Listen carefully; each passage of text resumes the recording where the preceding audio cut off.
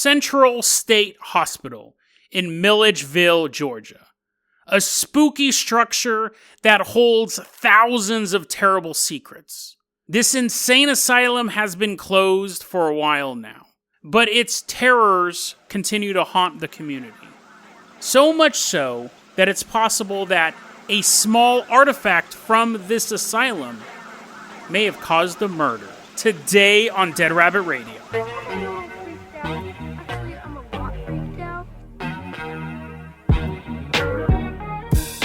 Hey everyone, welcome back to another episode of Dead Rabbit Radio. I'm your host, Jason Carpenter. I'm having a great day. Hope you guys are having a great day too. We got a lot of stuff to cover today, so we're going to hop right into this thing. First off, let's give a shout out to one of our legacy Patreon supporters, Nicole Gerard. Nicole Gerard, thank you so much for supporting the show.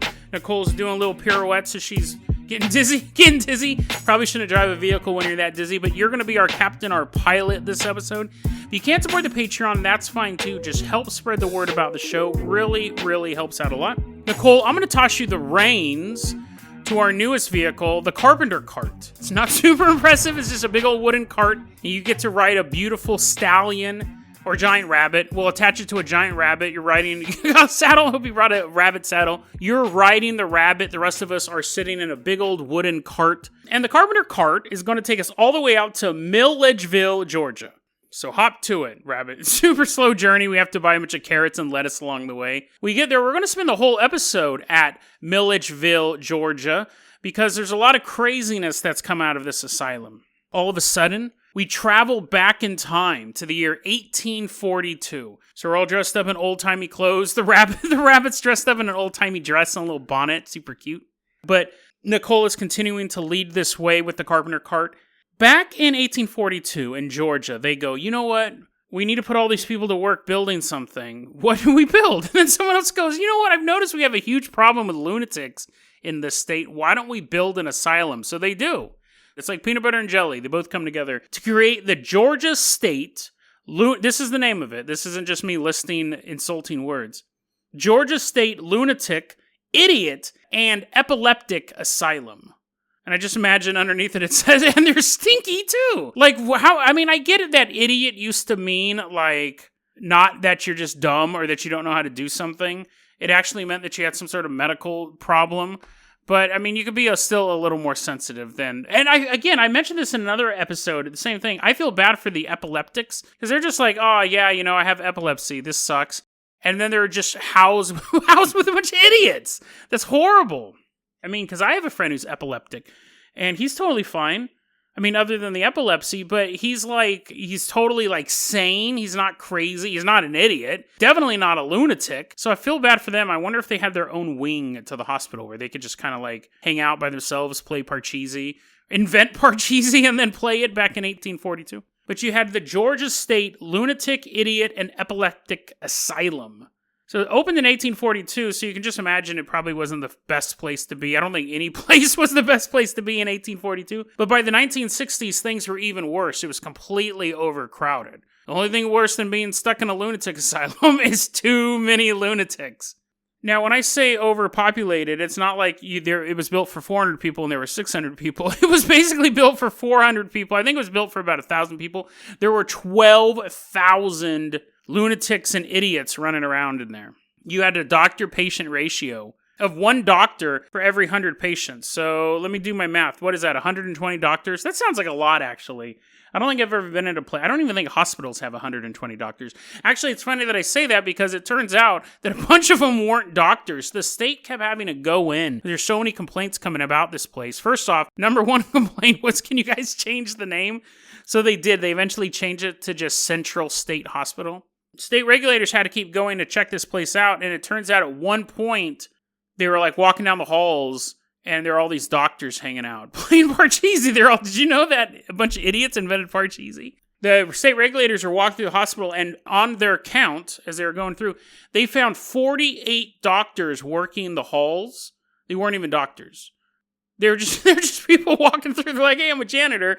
I came in for a janitor job. And then they said, hey, do you want to be a doctor? There was 48 people working there and one visit who weren't actually doctors. And it's not like they were nurse practitioners. They weren't anything. They weren't anything. They were just people claiming to be doctors. Not escaped lunatics, by the way.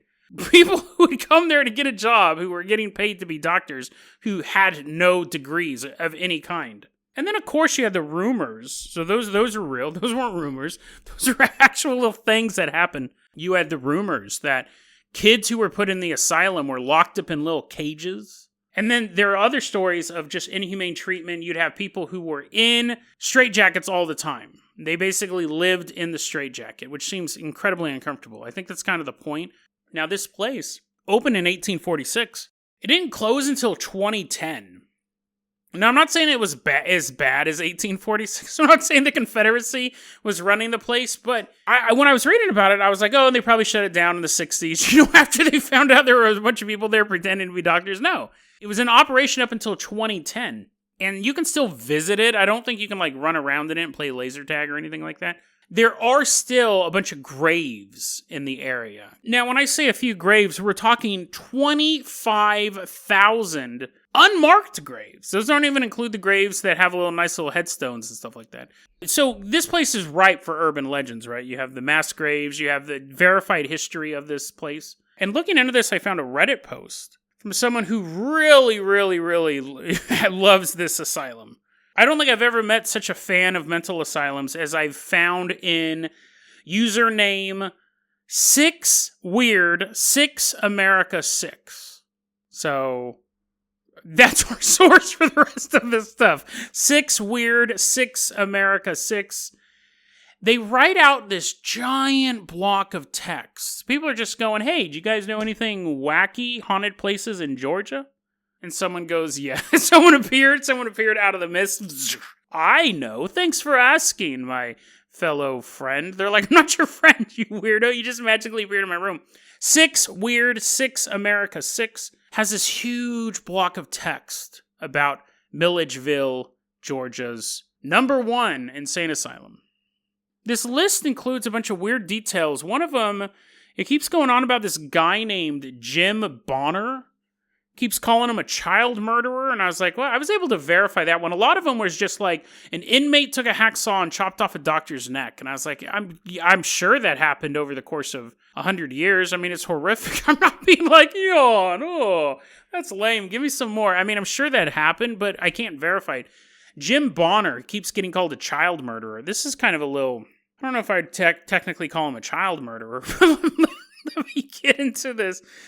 Jim Bonner apparently was a voodoo king, is what 6Weird America told us. And that what happened in real life, I don't know if he was a voodoo king, but maybe he's just a voodoo prince or a voodoo duke, but he poisoned a family and it killed the wife and 4 of 9 children. And the dad ended up going crazy and had to be put into the insane asylum where he died shortly later of stomach problems, which is what killed the family. My question is, are you a child murderer if some of your victims are kids? Is that a rule?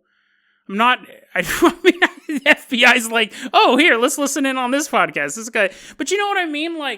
At what point, if you went into a town and you shot 9 people and 4 of them happened to be, I don't know, Irish, are you then the Irish killer? Would that actually be your designation? I'm not saying it's okay to kill kids under any circumstances. I'm just questioning him being labeled. I feel like I'm a defense lawyer. I'm like, sir, listen, yes, my man did slaughter an entire family, but let's not refer to him as a child killer. Just a couple kids died. Anyway, so child killer, voodoo king, Jim Bonner, he's included in this list. Apparently there's been a bunch of UFO sightings. At one point, Weird America said that there was again, I would love to verify this, but I couldn't. I tried really hard. Apparently on August 25th, 1887, this saucer-shaped dent in the ground appeared, which I think those are most commonly known as holes. I think they're most commonly known as a hole. But anyways, a saucer-shaped dent appeared in the ground. And okay, that's notable, I guess. But then millions, not 25,000, which is already a huge number, millions of not grasshoppers, because again, that would be notable enough. Millions of grasshopper-sized frogs jumped out of a hole. I mean, that's the end of the world, right? I mean, that would have 100% be in the newspaper. I should have been able to verify that. Millions of grasshopper-sized frogs jumped out of this hole, and they covered 600 feet of ground, which is the least. I don't even know why that's in there. That's the least remarkable part of the story. Someone's going to be like, millions of grasshopper-sized frogs, but how much ground did they cover? And you're like, 600 feet. Wow! It doesn't sound like a lot. You can't fit 1 million of anything in 600 feet. Maybe 1 million needles. I don't even know about that. Anyways, I wish I could have verified that. I wasn't able to. So we have UFO sightings.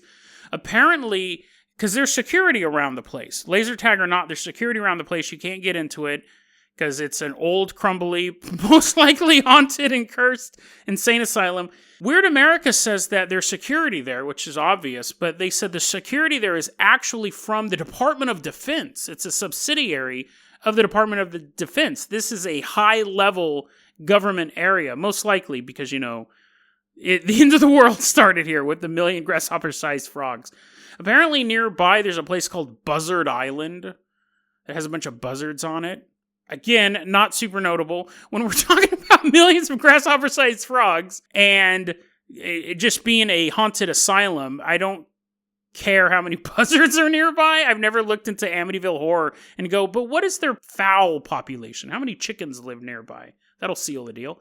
Apparently, there's been stories of cursed devil dolls, human trafficking, because, if you're moving people from one state to another, stop off at the haunted asylum. That's a good place to, get your refreshments going. I love this. We have this great quote. The asylum and even cemeteries are littered with tons of suicides. Scientific. How many people committed suicide last year? Scientist goes, tons of people. They're like, okay, let's put it on a chart. We're done. Tons of suicides. And we have tiny frogs. We have Buzzard Island, if you're into that thing. You have tons of suicides. You have UFO sightings, devil dolls, and, again, I don't know why they included this, the world's largest kitchen. Why? You're trying to wow me, Weird America. You're trying to make me go, whoa, spooky, I don't want to go there. Now I know. First off, I don't think this place has the biggest on the planet's kitchen. I'll believe in grasshopper-sized frogs, 1 million of them, before I believe that this insane asylum has the biggest kitchen on the entire planet. But if it does, if you're really into kitchens and you can get past Department of Defense security, here's the place to go. Just watch out for, the Buzzard Island on the way. There's just, and it's a list and list and list of all of these murders. And when I talk about, I can't source this, I can't source that. I mean, again, when you're like, Jason, how are you going to find a news article from 1887 about millions of grass? First off, that should have been the only news reported that day in every newspaper ever.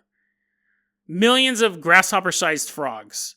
That should have just been the headline everywhere. I don't know what else was happening in 1887 that would beat that out of the news. But then we have this, which again sounds, I wish I could verify this. I 100% wish that I could tell you guys that this story was true. I looked really hard. It gave me some ideas for future episodes because I have some really cool stuff coming up. So in 1975, according to Weird America, a patient escapes from the Allen building. He's running away. He's like, oh, how am I going to get away? He sees a buzzard. He grabs onto its legs and he flies away on the buzzard. Ha-ha, freedom! But he doesn't have a good fun-filled adventure. What he does is he goes to a school. The buzzard's like flying over school and he lets go. See you later, buzzard. He takes the school hostage. He takes 70 children hostage and 5 school staff with an assault rifle. And then we have this, let me read you this exact line that was written here. Teacher, but first off, before I read this line to you, because it doesn't make any sense. A guy has a gun. He's taken control of a school. That's obviously tragic, right? And everyone's sitting around and they go, well, what do we do now? What do we do now? And then this happens. This sentence happens. Quote, teacher puts bullet in backwards, saving everyone. Kids grab gun from teenage patient. So, I get what they're trying to say, that somehow a teacher put a bullet in backwards, but I don't know how or when or why. If you could remove the gun, it's not like you remove the gun, put a bullet in backwards, and they go, here you go. Just keep the gun, and don't put the bullet in backwards. You have the gun. I mean, they should have just said he stuck his finger into the barrel of the gun, the guy pulled the trigger, the teacher's hand inflated like a Looney Tune character, and smoke appeared, and he goes, ow, my finger, and then the kid stuck the gun. Why would you go, just take the gun? Did the teacher have bullets on them, and they're just like throwing them into the barrel backwards? A lot of this stuff you can't verify, but I was able to find a interesting story I was able to verify. Nicole, call in that Carpenter copter. We're going to fly just a short while, and we're going to use our time travel technology to take us to the year 2019. Very, very recent story. We're still in Milledgeville, but we're farther away from the asylum now. Nicole's going to land this helicopter in this residential neighborhood. We're just kind of hanging out. It's May 12th, 2019. It's 1 a.m. We're at the house of Clark Heindel. He's a 69-year-old yoga shop owner. Not yogurt shop. That would be awesome. And then there's a woman there named Mariana Shockley. She's a 43-year-old professor at University of Georgia. We were there last week. Also there is Morris Lillard, 41 years old. He's actually Mariana's boyfriend.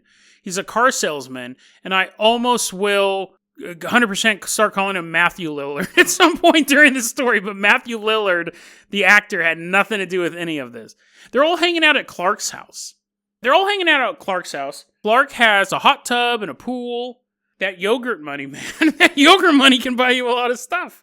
He has a pool, he has a hot tub, they're all hanging out, and at a certain point, Clark goes, I'm going to go swim in the pool. And Mariana says, I'm going to sit in the hot tub. And Morris says, I'm going to go out and chop some wood. I'm going to go out into the woods. I'm going to go out into the spooky, spooky forest and get some wood. I'm assuming they had some sort of fire there. I don't think that was just his fetish. He's like, oh, now that I have time alone, I'm going to chop down trees. He goes off to chop down wood. He eventually comes back and he sees Mariana just sitting in the hot tub. And Clark is still doing laps in his pool. His pool shaped like sprinkle toppings. And Morris comes back and he realizes Mariana's not moving. She's just kind of sitting in the hot tub. And it starts to alarm him. He goes, hey, yo, Clark, what's going on, dude? How come Mariana's just like not moving? How come she's inanimate? She's human. She should be animate in some form or fashion. So he runs over there and he notices that she's not breathing. She's just sitting in the water. So he pulls her out of the hot tub. And while he's doing it, he says that he bangs her head. So save your questions till the end. He's pulling her out of the hot tub and he bangs her head up. And they begin to do CPR on her. And after about a period of time, some articles say 45 minutes of CPR. And other articles said for 2 hours they were trying to do CPR. At a certain point, they're like, we got to call authorities, get some trained people down here. Because I'm pretty sure CPR is not supposed to take 45 minutes. So they call ambulance, police, everyone shows up. The cops say when they walk in, the two guys were super cagey. They weren't really giving direct answers. And they could tell they were doing CPR, but again, depending on what article you read, it was the cops were suspicious, to say the least. They wasn't what you would think someone would do if someone had died at their house. So they separated the two people. They separated Clark and they separated Morris. They put them in different rooms. Began asking them questions. And Morris was like, dude, I went out to the woods. I was chopping down some trees. They were all naked, too, if that means anything. I don't know if it does, but they're all naked. So he's out in the chopping wood naked. The cops thought that was kind of weird. Everyone was naked, but maybe some weird sex thing. They don't know. They just want to figure out what happened to this woman. At this point, she's picked up. She's taken to the hospital. She doesn't make it. She's actually dead. The cops are talking to Maris about what's going on. Clark's sitting in another room. He had been interviewed already as the group. I don't think they'd interviewed him as a individual yet. And then they hear a BAM! And they're like, oh, great. They go into one of Clark's room, and he had shot himself. Killed himself on the scene, and left a note explaining what had happened. He said he was killing himself because he was so embarrassed that this woman died at his house. Now, as outside observers, obviously the note said more, but that's all we know. The note said that he was embarrassed that this woman died at his house. So he shot himself. That doesn't make sense at all. But what's super weird about this is that the cops are now charging Maris for the murder of Mariana. And this is their story. Something went wrong, obviously, and he beat her up. And that was why her head had injuries to it. He goes, no, I was pulling her out of the hot tub. I don't know what to think about this side of the story as far as whether or not he did this. I don't know how you would pull someone out of a hot tub and it would bash their head up. I mean, she wasn't like clobbered, but she had injuries to her head. I don't understand how you could do that physically.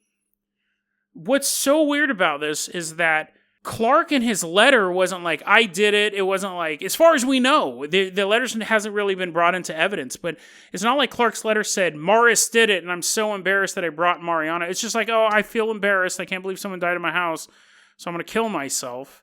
Morris is on trial for murder. Morris is saying, I was out in the woods. The guy that should be the suspect is the guy who shot himself the night of the murder. Why am I even being charged with this? I wasn't even around when it happened.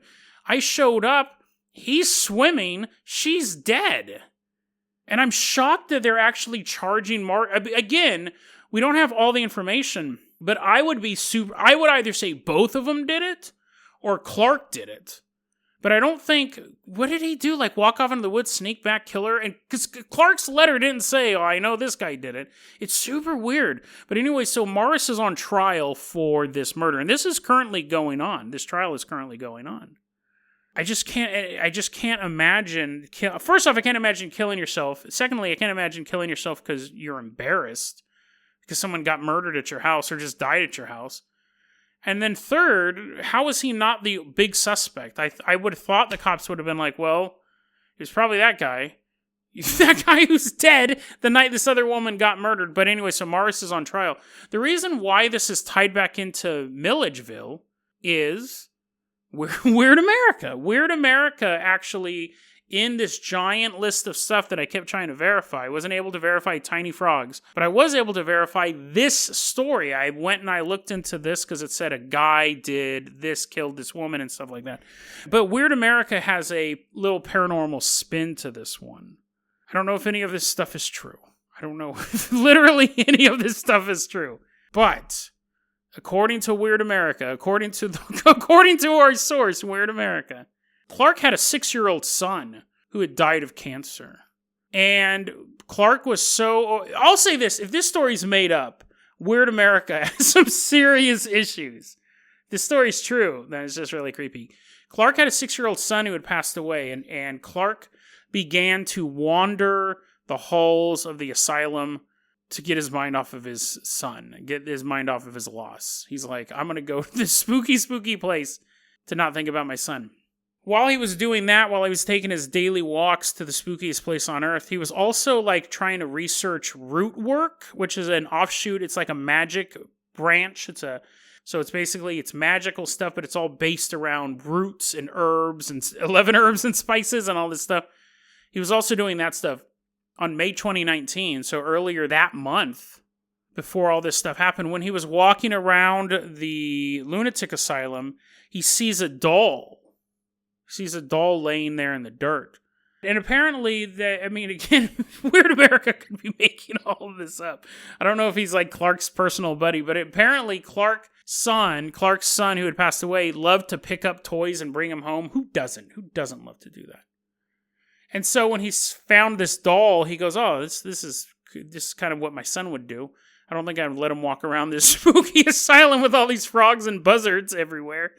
But he takes the doll home, and this doll is supposedly one of the cursed devil dolls that is known to haunt the asylum grounds. And then later that same month, because it was May 12th and that happened, he invites those friends over and that happened. Now, there's also another detail here, because when the cops came in, they're like, what is going on here? They said it really wasn't consistent with CPR. Some stories say they were doing this for 45 minutes. Other stories say they were doing it for 2 hours. What Weird America says was when they brought the body out of the hot tub, the reason why it took so long was because Clark was trying to bring her back to life, not with proven life-saving techniques, but with root work. He began grinding up stuff and pouring it into her mouth to cure her of being dead. Apparently, he was also pouring ayahuasca into her mouth as the cops were coming in the door. Ayahuasca is that super potent hallucinogen. I can only imagine what it would do to someone who was brain dead. Like, that would just be insane. Literally. But he was apparently giving her ayahuasca as the cops were coming in and covering her in leaves and things like that. And Marcus, I think I was calling him Morris. It's one of the two. It's Marcus. I didn't have to worry about calling him Matthew Lillard. It's Marcus was thinking the whole time, this looks like some sort of ritual to bring back the dead. He was which is what CPR is, but, it works. Pouring ayahuasca into someone's mouth who drowned is not advisable. And then he shot himself. So the story then has another paranormal element to it. Again, what's interesting, I always find interesting about people who, I don't want to say make stuff up, but people who say stuff that's unverifiable, is they have the option of answering all the questions. If you are descended from the Atlanteans, you can just make up whatever, because no one can ever prove you wrong because you're totally making it up. I always find it intriguing when people, if they're making it up, get stymied. Because if I was making the story up, I would say the letter actually said that he was killing himself because if this cure didn't work, then he could never bring his son back and da-da-da-da-da, and then it fills in the gaps. Weird America doesn't really talk about the letter. It doesn't answer all the questions, just answers some of them. And I always find that intriguing, because if you were 100% making it up, you would answer everything. But in this case, Weird America doesn't do that. So I found that an intriguing footnote. So is it possible that this is just a bizarre true crime story? People were out naked, drinking, having fun. Something went wrong. A woman got murdered. Happens all the time. Or is it the story of a woman who accidentally died and a man who had spent years trying to figure out a way to contact the other side, try to figure out a way to bring the dead back to life? When he is given the opportunity, he tries out his root work and it doesn't work. And that's what he's embarrassed about. That he could have actually called the cops earlier, but he had spent so much time investing his energy into this foolish notion that he can bring back the dead, that when it didn't work, he realized he was responsible for this woman's death. Or, let's put on our conspiracy caps to wrap this up. Is it possible that all of these events would have never happened if he had not picked up a cursed doll at a long-closed insane asylum? With him swimming and Marcus out chopping wood, what killed Mariana? Is it possible it was some darker force at play that was invited into Clark's home when he brought in the dusty and muddy doll that he'd found on his journeys? And if so, where is that doll now? It was once the treasured toy of a child trapped with thousands of maniacs until it eventually became discarded. Another piece of debris littering a cursed hospital. Someone brought it home and unleashed that curse, and now that doll is still out there, waiting to be brought into somebody else's home. If that part of the story is true, it's still out there. It's not like the police would gather it for evidence. They don't just go around and pick every spooky thing in a house and go, let's take this back to the station. Like, it would have still been in his house. They would have had an estate sale. Stuff would have been sold off. It could have been packed up in storage and put in some sort of locker. Is that doll still out there? Did it somehow find its way back to the asylum? Not like it walked, not like it got a cab. I'm talking like it magically disappeared, okay? I'm like, what conspiracy caps on? It faded away when the cops weren't looking. Where is this doll now? Is there really a cursed doll out there that if you bring it home, within a few weeks, people just die? Obviously, that sounds ridiculous, but when we explore the world of the paranormal, this stuff is possible. It's definitely more possible than putting a bullet in a gun backwards without someone seeing. So where is this doll now? We may never know the truth of what happened that night at that house, but that doesn't mean we shouldn't be safe. It is tempting to take those little trinkets you find out on your walk, the shiny rock, the discarded toy, the baseball hat covered in leaves. It's very enticing to bring those things home. A trophy of a fun day out. But be careful the next time you do. You may not be bringing home just a trinket. You may be bringing home a curse that could kill you and your loved ones. You may be bringing home something much more sinister.